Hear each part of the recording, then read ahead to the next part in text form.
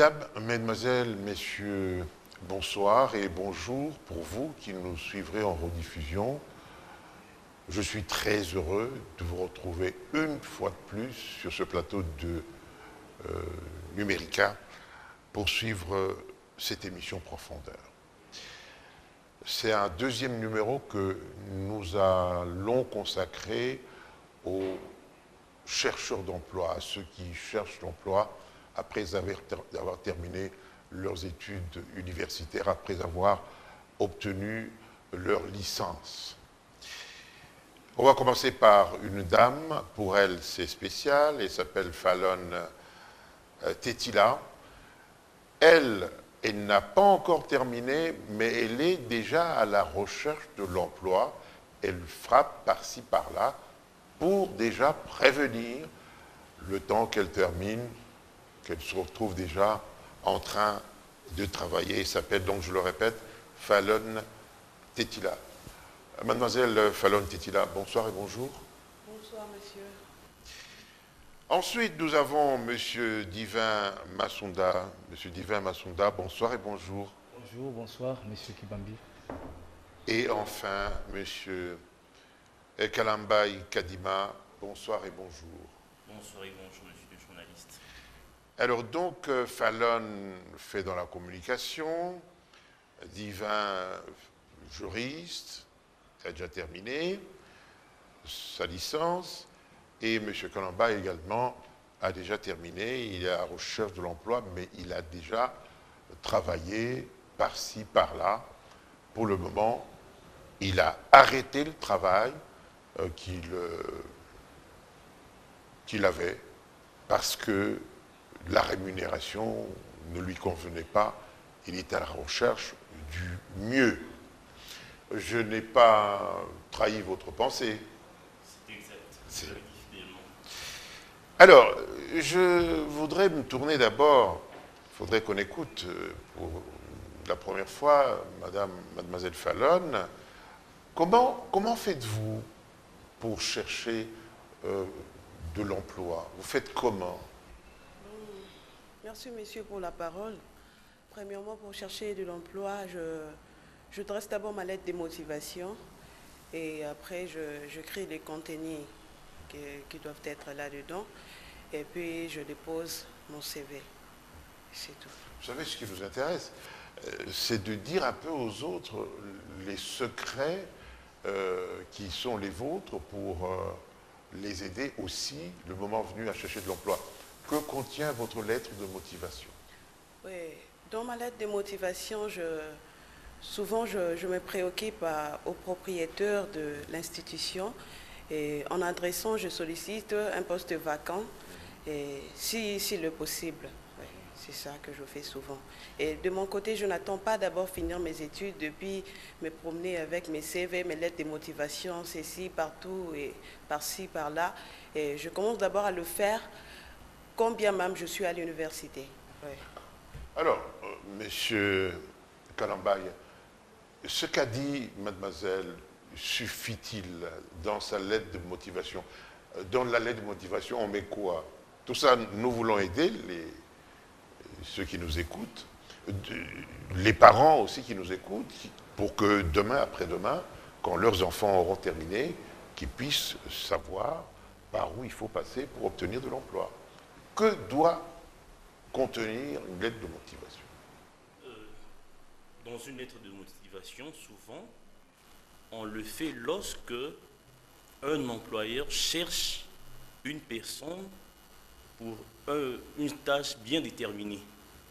Alors, la personne qui écrit cette lettre de motivation s'est dit apte par rapport à l'offre qui a été lancée par un employeur quelconque. Mais pour revenir à votre question, qu'est-ce qu'on fait pour pouvoir trouver de l'emploi? Et je dis qu'il y a plusieurs façons de faire, il y a plusieurs méthodologies.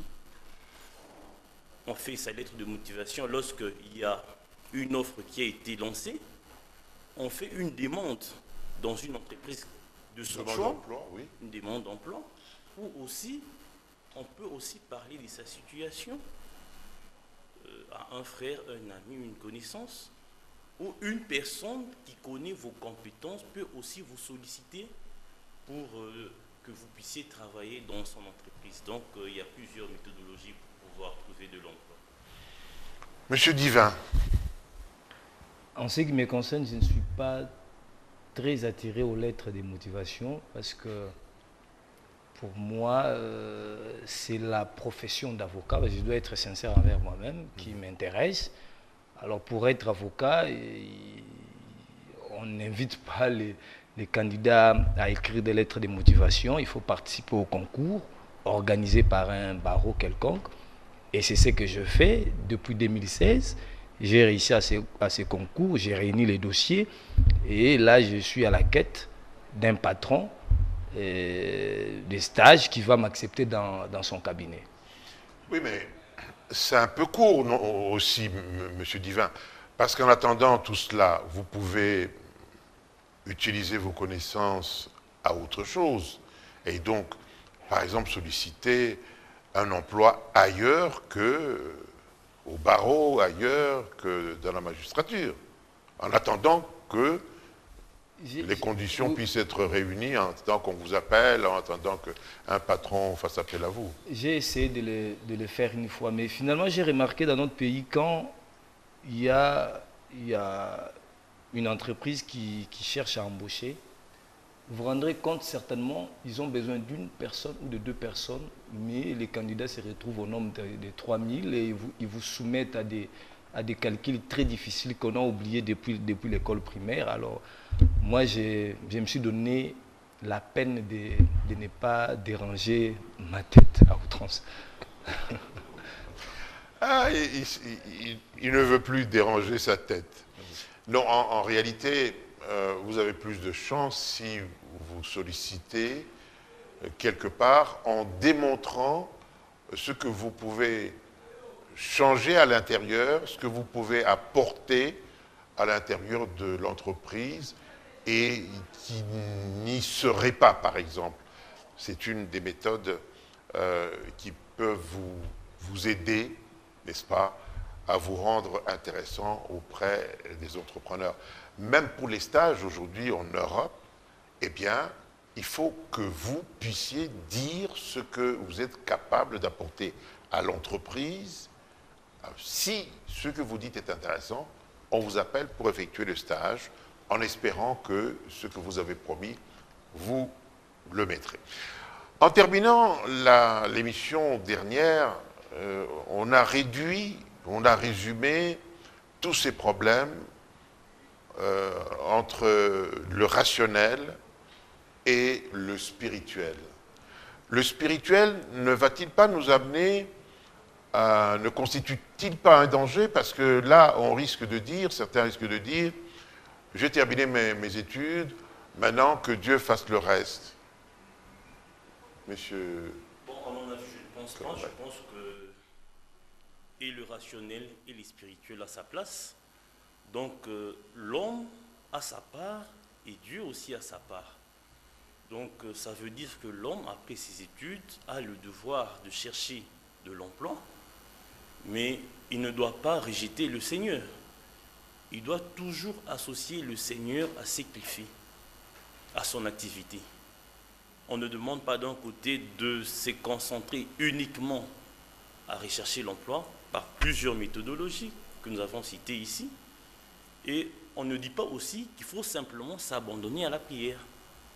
Il faut fournir des efforts et aussi demander que Dieu puisse aussi mettre sa main afin que les choses puissent mieux aller. Donc l'un et l'autre sont vraiment très importants pour... Merci. Monsieur Divin, n'avez-vous pas l'impression que Dieu qui vous a déjà aidé à terminer vos études, il faut le laisser un peu tranquille pour vous fournir tous les efforts qu'il faut afin d'avoir votre place dans une entreprise, de vous caser quelque part pour parler vulgairement? À vrai dire, Dieu n'est jamais dérangé par nos prières et il ne le sera jamais. Mais comme l'a dit mon ami Emmanuel, nous devons, surtout nous les Congolais, faire la part des choses. Souvent, les Congolais confondent là où Dieu attend l'homme d'agir, l'homme attend Dieu. Donc, pour chercher du travail, il faut s'élever et aller chercher ce travail-là. Mais en tant que croyant, moi, je suis convaincu qu'avant de faire quelque chose, il faut remettre cela entre les mains du Seigneur. Quand j'ai quitté la maison pour venir participer à cette émission, j'ai remis mon parcours entre les mains du Seigneur. Mais je devais m'élever pour venir ici. Dieu n'allait pas envoyer des anges pour me transporter de la maison jusqu'ici. Alors, j'ai pris ce courage-là de m'élever, mais tout en priant, en remettant les voyages entre les mains du Seigneur. Et cela va autant aussi pour la quête du travail. Mademoiselle Fallon, vous êtes d'accord avec nos deux amis? Je dirais que je suis tiède, ni pour ni contre. Et je me justifie d'abord. Vous avez parlé du cadre du travail dans le cadre rationnel. Rationnel, ici, il y a plus la pratique. Dans les spirituels, nous associons. Aujourd'hui, nous avons des phénomènes moana-quasi au sein des entreprises. Vous pouvez bel et bien prier Dieu. C'est bon. Oui, oui. Le phénomène moana-quasi veut tout simplement dire ceci. Il y a un oncle qui est un poste et qui ne fait qu'embaucher ceux qui sont en bas. Moana-quasi, des moana-quasi, d'une même famille. Donc c'est comme ça. Et vous pouvez, on associe les spirituels dans ces cas, parce que c'est Dieu qui brise le cœur. Et je peux bel et bien étudier, et je ma matière et je suis compétent ou compétente. Je viens et le monsieur là me regarde tout simplement, tu es de quelle tribu, qui t'a amené ici, que faut-il faire? Il demande aussi d'argent. Donc tout ça, ça crée vraiment une perturbation au niveau de notre tête. Et voilà pourquoi nous associons les rationnels et les spirituels. Très bien. On ne demande pas que l'argent, mais enfin, ça c'est un autre sujet. Vous pensez qu'on a terminé avec le spirituel et le rationnel, ou vous voulez qu'on se penche encore un peu sur le rationnel, sur la raison? Non? Ça va? Oui, ça vous en avez... Nous avons dit assez. C'est suffisant. En tout cas, il ne faut pas croiser les bras. Ce n'est pas biblique ce que je vais dire, aidez-vous, et le ciel vous aidera par la suite. Alors, le problème a déjà été posé par madame, le népotisme, le favoritisme, tout cela sont des choses à bannir pour une société qui veut se développer, n'est-ce pas, M. Kalambaye? Oui, effectivement. Bon, je voudrais mieux... Avez-vous été victime? Non, quand même. Hein? Oui, donc c'est chaque jour que nous sommes victimes de ces abus. Et particulièrement, nous vivons en RDC, nous le vivons chaque jour. Je pense que... Soyez concret, donnez-moi un exemple. En fait, on dit que c'est la justice qui élève une nation. Voilà. Actuellement, nous trouvons que, vous me permettez de le dire, la justice. Je pense que la justice est vraiment au rabais pour ne pas dire que la justice n'existe presque plus. Donc, la méritocratie n'existe plus. C'est dans tout le niveau. J'étais en train de suivre une émission dernièrement dont j'étais la chaîne et les invités. Mais l'intervenant parlait de comment est-ce que les personnes deviennent professeurs à une institution de la place, une grande institution, et il était en train de déplorer la méthodologie.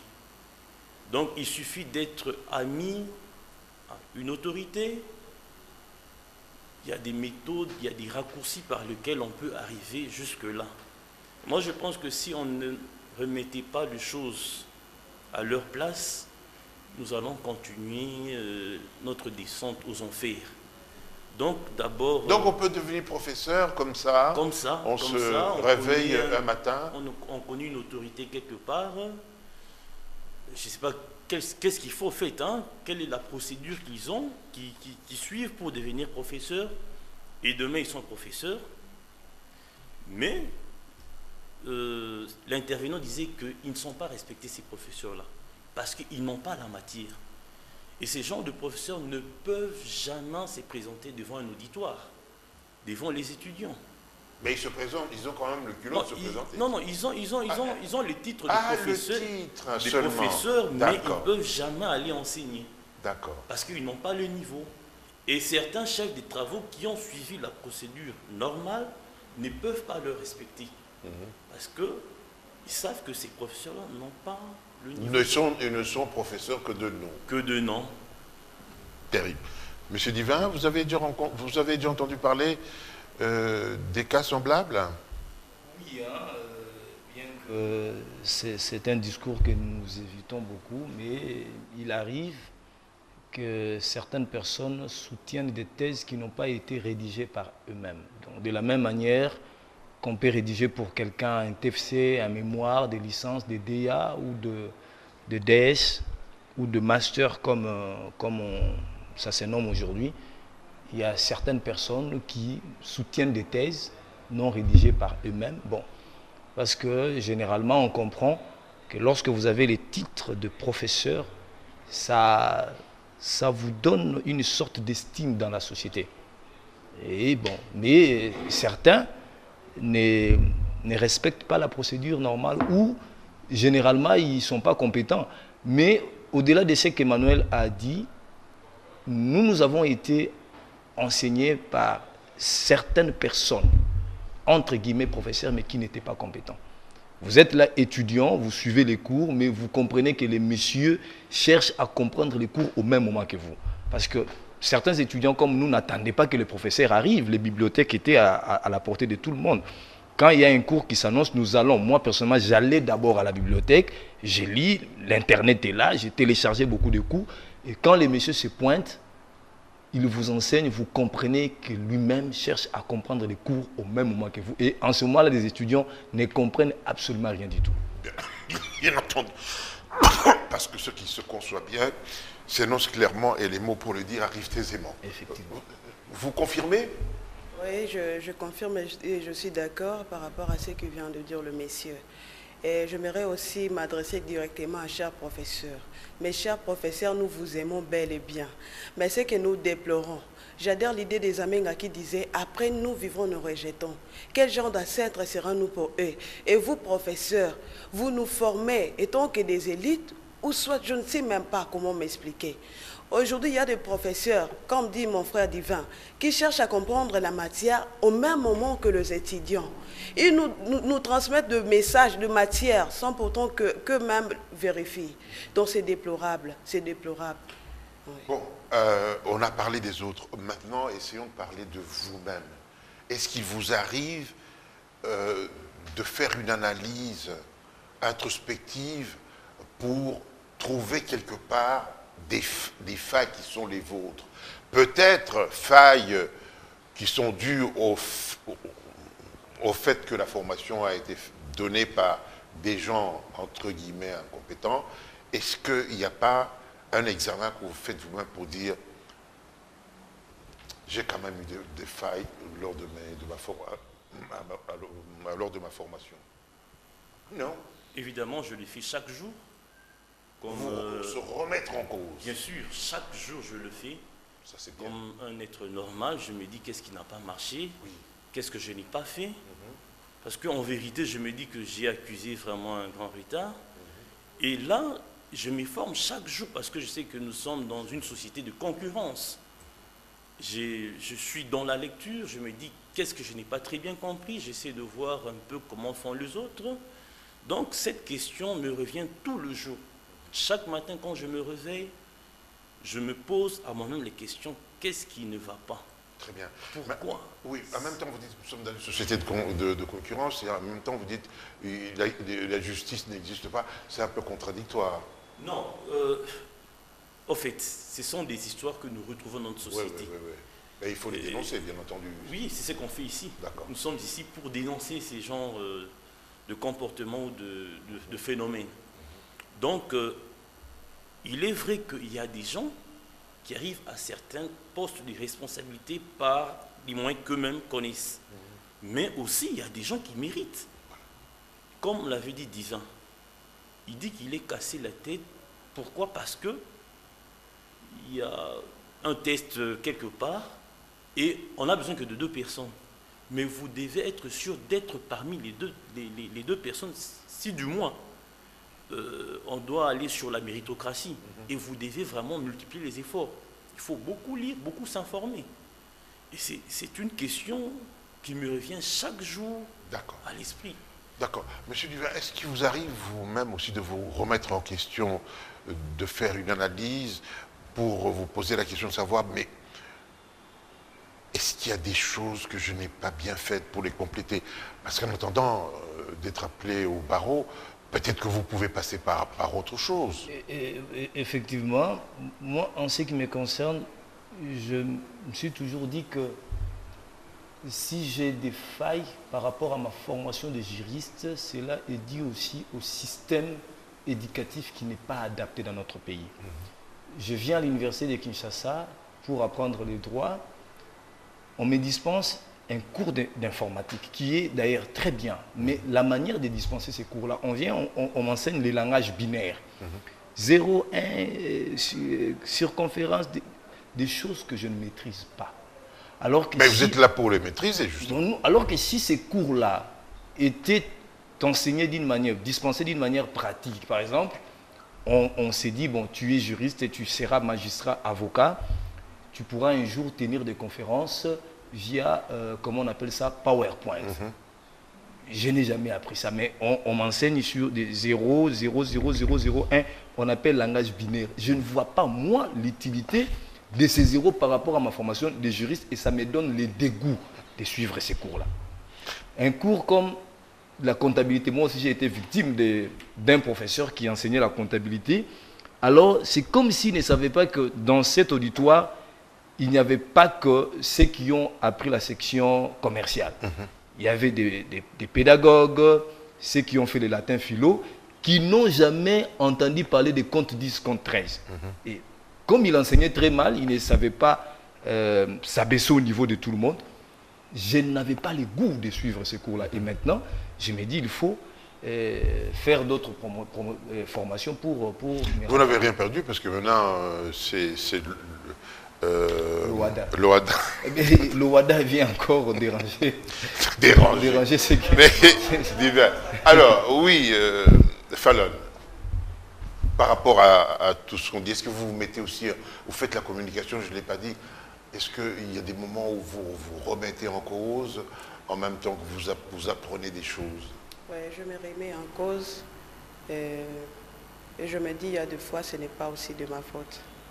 Et la faute appartient plutôt aux professeurs qui nous dispensent mal les cours, s'il vous plaît. Oui, je ne dis pas de la quasi-totalité de professeurs qui dispensent mal les cours, mais il y a d'autres matières qui ne sont pas appropriées, par exemple dans notre département. Moi, je fais la communication et puis on me donne le cours de la comptabilité. La comptabilité, pour moi, paraît nouveau. Ça paraît nouveau, économie politique, comptabilité. Je ne maîtrise même pas des comptes. Et il y a d'autres gens qui sont là, dans l'auditoire, qui ont fait, par exemple, la section commerciale. Ils arrivent, on dit, compte 10, ils donnent, compte 30, c'est si. Moi, je suis là, en train de bégayer, donc comme une sourde miouée. Je ne fais que voir et revoir sans pourtant rien comprendre. Oui, mais... Et il y a des fois quand je rentre à la maison, ça me rend un peu fatiguée. Il y a des fois je pleure parce que moi j'ai le souci quand j'arrive à l'auditoire de comprendre, même pas tout, mais une partie. Une bonne partie. Oui, mais quand on donne le cours de comptabilité, madame, ne le déplorez pas, parce qu'à l'université on apprend justement un petit peu à connaître... tout l'univers, à être en contact avec l'univers. Moi-même qui vous parle, je n'aimais pas beaucoup la comptabilité. Voilà, je me retrouve patron d'une société. Voilà, donc je la prends sur l'État. Mais enfin, passons. Alors, on a constaté que effectivement, c'était difficile de trouver de l'emploi. La fois dernière, vous l'avez dit, c'est l'État qui doit s'organiser, c'est l'État qui doit tout mettre en œuvre, afin que ceux qui terminent puissent trouver de l'emploi. Et d'ailleurs, c'est à la mode, et nous, à Profondeur, nous en avons toujours parlé. Quand on parle de l'amélioration donc, du climat des affaires, c'est vraiment très, très, très important.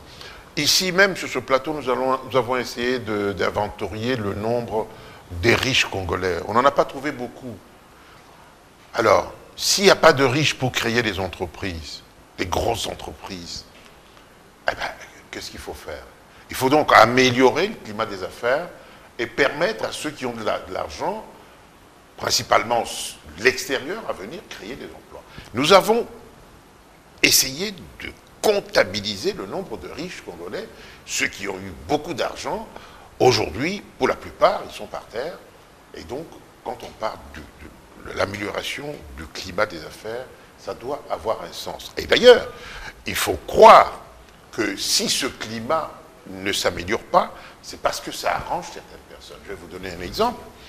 Il y a quelques années, je cherchais mes papiers pour investir dans les mines. Attention, hein, dans le cobalt, pas dans... Ne prenez pas pour un riche. Ben, écoutez, il fallait payer 6 000 $ à la caisse en face de la commune de la Gombe. Il y a 10 ans de cela, 10 à 15 ans. Eh bien, vous vous amenez avec vos 6 000 $ et vous faites 4 jours, le préposé n'est pas là. Ah ben, ça, ce n'est pas une façon de faire. Améliorer le climat des affaires pour ceux qui sont concernés, c'est préparer un avenir radieux pour vos enfants, c'est préparer un avenir où vos enfants, vos petits-enfants pourront avoir de l'emploi. Parce que si vous ne faites rien, nous nous enfermons et vos enfants qui vont étudier en Europe ne vont pas y rester pour laver les cadavres, ils devront revenir au pays pour construire ce pays. Donc, améliorer les climats des affaires, c'est une affaire qui concerne tous. Et qu'est-ce que vous avez envie de dire sur ce chapitre, vous, qui êtes aussi critique? C'est une question très importante pour le développement de notre pays. Parce que sans amélioration du climat des affaires, il est difficile pour créer les emplois. Parce que cette amélioration instaure les conditions propices à la création d'emplois. Et ces conditions inspirent confiance aux entrepreneurs. Et parmi ces conditions, j'évoquerai la sécurité et la paix. Et quand je parle de la sécurité et la paix, je vois d'abord l'absence de guerre. Quand il y a insurrection ici, quand on a ça pour Katakatanga et consorts, ça effraie les investisseurs. Et la justice aussi, Emmanuel en a parlé, dans la justice, vous voyez la sécurité juridique et judiciaire. Les textes doivent être clairs et accessibles à tout le monde. Et il faut que les juges puissent dire les droits, non pas parce qu'il a obtenu quelque chose du plus fort, mais parce que celui-là a raison. Et il faut aussi un système fiscal adapté aux conditions je dirais, de la mondialisation. Et enfin, l'administration doit être active et efficace. Vous avez évoqué les problèmes de l'administration, même à l'université d'où nous venons, généralement, les administratifs arrivent au travail à 11 heures, et certains font 30 minutes dans son bureau, il sort, il va où nous ne savons pas, et il revient à 14 heures pour repartir à 15 heures. Et chaque jour, c'est comme ça. Avec de telles conditions, c'est difficile. Pas 8 heures de travail, mais 8 heures, même pas 8 heures au travail d'ailleurs. Même pas 3 heures, même pas 3 heures. Donc c'est difficile.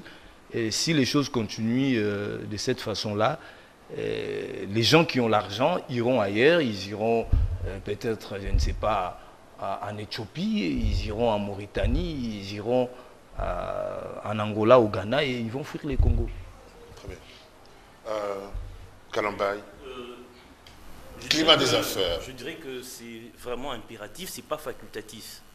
C'est impératif de pouvoir améliorer le climat des affaires. Vous avez dit tantôt que lorsqu'on a essayé de voir s'il y a de riches Congolais, et on n'en a pas trouvé. Pas beaucoup. Mais, pas beaucoup. Mais je me pose la question, pourquoi? Or, ces pays ont toutes les possibilités de regorger des hommes riches. Bon, qu'à cela ne tienne. Il y en a eu, mais ils ont pourquoi mal utilisé cet argent. Bon, voilà. Et pourquoi actuellement ils s'y font rarissime? C'est une question qu'on doit se poser. Bon, Et pour les étrangers qui voudront venir investir ici, je pense que nous devions créer des conditions qui leur permettent de pouvoir investir, qu'on ne puisse pas créer de conditions qui leur chassent. Parce que je pense que quand il y a des investissements ici, au moins, il y aura une bonne partie de la population qui pourra s'y retrouver. Donc vraiment, c'est impératif que les choses puissent évoluer en ce sens. S'améliorer, oui, oui. En tout cas dans le sens de la création de l'emploi. Ailleurs, 3 jours suffisent. D'ailleurs, je vais vous donner un exemple. Quand vous devez payer sous d'autres cieux quelque chose à l'État, vous avez réussi votre permis, vous devez aller ou le renouveler ou payer des taxes à l'État. Quand il y a plusieurs personnes qui attendent de verser de l'argent, on crée de nouvelles... on crée de nouveaux bureaux afin que, voilà, même pas de nouvelles, en fait, de nouveaux guichets, pour permettre à tout le monde de verser l'argent de l'État. Ils ne souhaitent pas que vous puissiez sortir avec cet argent parce qu'en sortant, on peut vous tamponner, vous pouvez rencontrer la mort. Donc on encourage, mais ici, au lieu d'être à son poste, à son guichet, on va s'amuser à l'extérieur. Et quand la personne sort avec l'argent, va le dépenser ailleurs, vous êtes le premier, le jour du contrôle, à lui chercher des poux dans la tête. Donc, organisons-nous, c'est important pour vous, mais aussi pour la suite. En détruisant l'enseignement, nous l'avons déploré, on tue le pays, mais en détruisant l'administration, on tue l'administration. Là, il y a un autre phénomène également, c'est que, quelqu'un me disait sur ce plateau, il arrive des moments où l'État fait semblant de payer et les gens font semblant de travailler. Il faut arrêter à un moment cette hémorragie pour mobiliser les gens au travail et le véritable travail qui peut développer ce pays. Mademoiselle, vous n'avez pas beaucoup parlé. Vous vous appelez Fallon, un joli prénom. À vous la parole. Dans l'amélioration de ce climat des affaires, vous avez déjà déploré les mauvaises conditions dans lesquelles certains professeurs, il faut insister, certains professeurs enseignent. Maintenant, dans les climats des affaires, qu'est-ce que vous aviez envie de dire? Est-ce que vous avez une expérience qui vous a déçu? Pour le climat des affaires, l'amélioration des climats des affaires ici en RD Congo, vraiment, je dirais que... Plus fort. Ouais. Vous avez peur de ces garçons? Non, je n'ai pas peur. Surtout, je les affronte d'ailleurs. Oui, j'allais dire ceci. D'abord, le Congo ne va pas très bien. Le Congo est malade.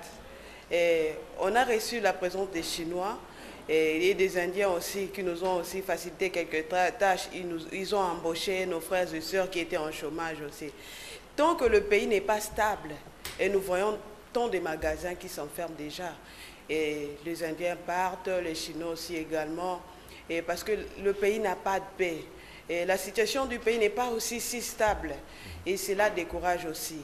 Et le fils et filles du pays ont un peu de moyens, mais ce qui les casse, d'abord, beaucoup d'axes, il y a aussi tant de choses qui se passent et qui découragent. Ils préfèrent aller ailleurs construire au lieu de stabiliser leur propre pays.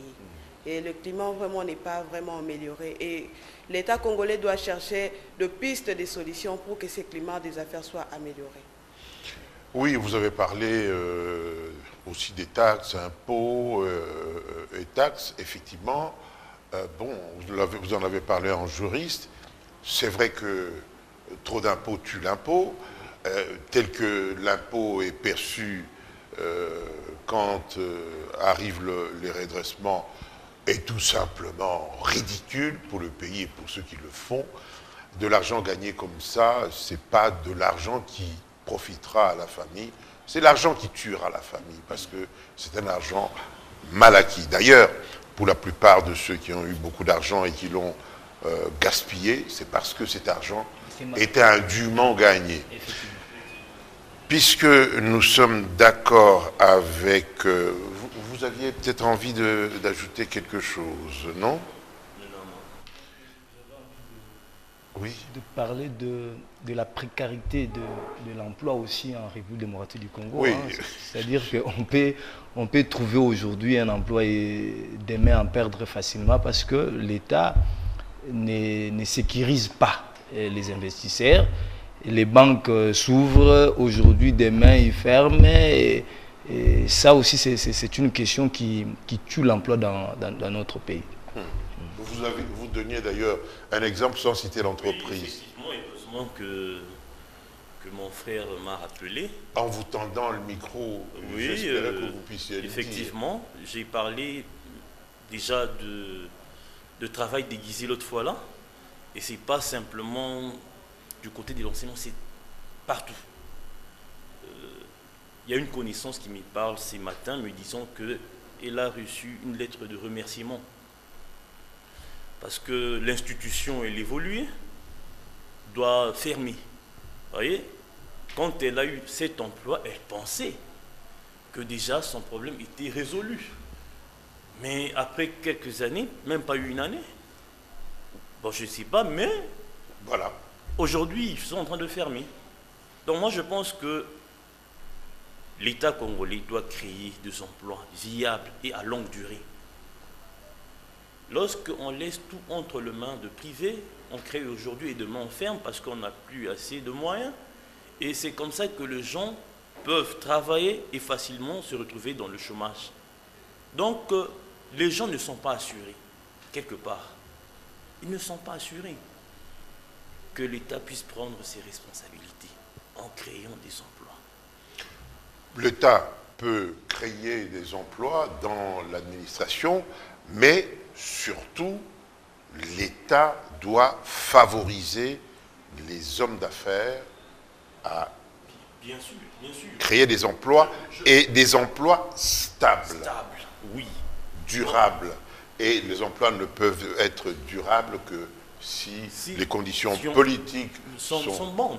Voilà, donc, en tout, il faut vraiment que l'État puisse assurer, comme nous l'avions dit, la paix, la sécurité. La sérénité. La sérénité, afin que ceux qui veulent investir puissent le faire librement. Et tranquillement. Et tranquillement. L'argent n'aime pas le bruit. C'est ça. Encore moins les bruits de bottes. Okay. Mais, Monsieur Divin, parce que je vous sens un peu religieux, est-ce que le Congolais, pris sérieusement, quand on constate comment le Congolais n'aime pas l'autre Congolais, est-ce que nous sommes des véritables chrétiens? Parce qu'ici, vous parlez beaucoup de chrétiens, de chrétienté, vous avez l'impression que vraiment les pasteurs prêchent la bonne parole et elles tombent sur de la bonne terre? Si seulement nous pouvons prochainement... dans deux mots. Oui, mais ça c'est une requête que je formule. Hein. Si seulement prochainement nous pouvons avoir un numéro consacré à cette question. Répondez d'abord à cette question. Mais j'ai comme l'impression que les Congolais sont plus religieux que spirituels. Ça veut dire? Ça veut dire qu'ils prient beaucoup, mais ils ne savent pas pourquoi ils prient. Si seulement les Congolais étaient spirituels, les pays allaient sérieusement se mettre sur la voie du développement. Les religieux, c'est celui qui a une apparence extérieure des choses, mais qui néglige l'intérieur. Or, l'homme spirituel, c'est celui qui rentre en son intérieur, qui se remet d'ailleurs en question, et qui transcende les apparences et qui vit en amour. Donnez-nous un exemple. Je vais donner un exemple, simple. La majorité de ceux qui nous dirigent sont chrétiens, musulmans, disons religieux, mais si nous regardons en termes de la bonne gouvernance, c'est un fiasco. Pourquoi? Parce qu'ils ne sont pas spirituels. Celui qui est spirituel vit en amour et il fait les biens aux autres. Je pense que cet exemple nous permet de comprendre la différence entre un homme spirituel et un homme religieux.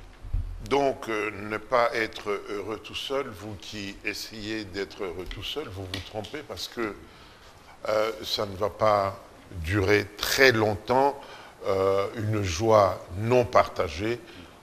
Si nous nous aimons, franchement, eh bien, beaucoup de choses pourront s'améliorer, non seulement dans le climat des affaires, mais également dans le travail quotidien.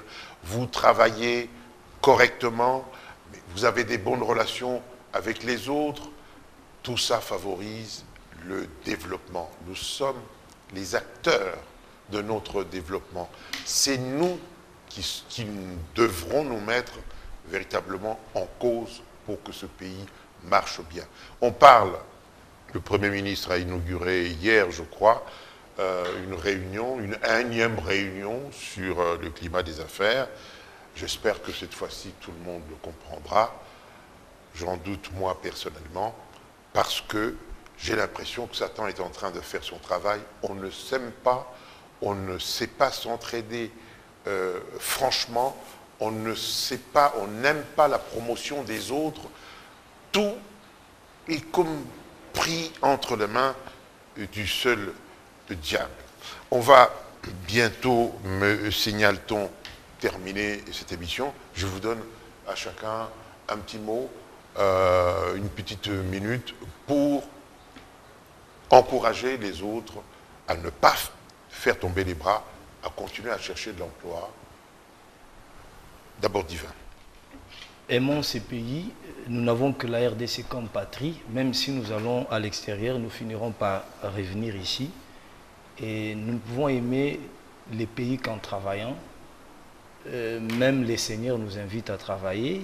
Il dit que celui qui ne travaille pas ne mange pas non plus. Et comme les institutions sont au-dessus de nous tous, que les animateurs des institutions créent des conditions propices à l'amélioration du climat des affaires pour qu'il y ait création d'emplois qui profitera à tous les Congolais.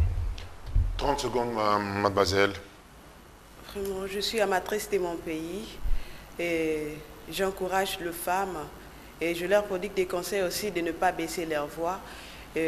Surtout, le Premier ministre aussi, pour sa réunion concernant le climat des affaires, nous encourageons et nous espérons toujours que ça ira. Gardons espoir. Comme j'ai toujours dit, la victoire est certaine et elle est certaine. Donc, pour ceux qui étudient, continuez à étudier, étudiez bien et je pense que le meilleur est à venir. Mesdames, Mesdemoiselles, Messieurs, ce numéro est terminé. Là où nous avons parlé de l'amour de ce pays, même quand nous-mêmes nous essayons de créer des emplois, qu'est-ce qui nous arrive? Ce qui nous arrive, c'est que parce qu'il n'existe pas d'amour, nous ne nous aimons pas. Observez la ville. La ville est désertée par les hommes d'affaires congolais parce qu'il y a des juges qui sont facilement corruptibles. Il suffit qu'on aille frapper à la porte. La justice est distribuée en faveur de l'étranger, même si le national peut faire ce travail, ce petit commerce. Il est chassé de la ville au profit de celui qui offre le mieux. Mais demain, ce n'est pas celui à qui vous avez donné raison qui aidera votre enfant parce que lui s'en ira haut, là, chez lui, très loin, et vous resterez tous pauvres. Aimons-nous, travaillons dans la justice, dans l'amour du prochain, et vous verrez, ce pays est promis à un avenir extraordinaire. Merci de nous avoir suivis, et à la semaine prochaine.